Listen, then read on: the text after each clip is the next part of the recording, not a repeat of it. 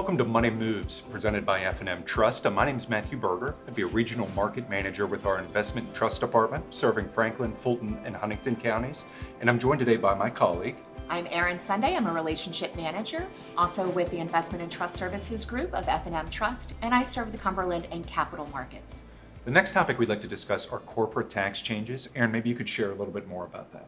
Yeah, a little history. Under the Trump administration, the corporate tax rate was lowered to 21%. Under Biden and the White House administration's proposed tax changes, it was to increase to a flat 28%.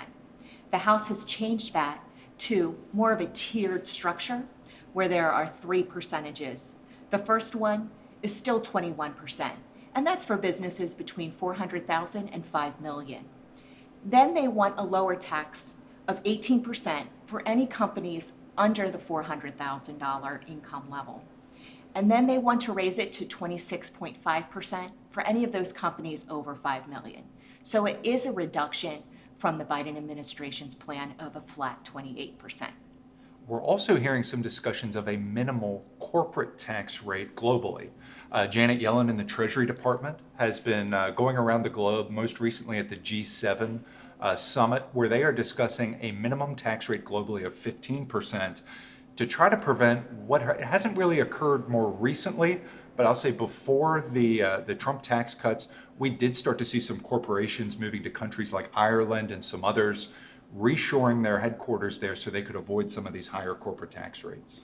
Yeah, and most of the G7 is on board. The one country that is not will have the most ramifications would be Ireland, as their corporate tax rate is lower than that 15%.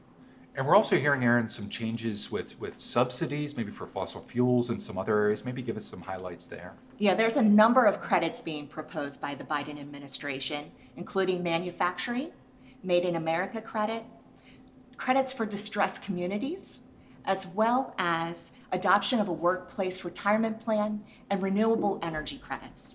And for our business customers, we really recommend that you get together with your tax team and with your investment professionals before the end of the year, because like many of these tax changes, it's likely to be a very last minute act, with Congress taking action probably on New Year's Eve and the president signing it shortly thereafter. So we highly recommend getting together with your professionals before the end of the year. Having those conversations now can help you plan for what you need to do, especially if that legislation hits shortly before the end of the year. You want to be prepared to make those moves now.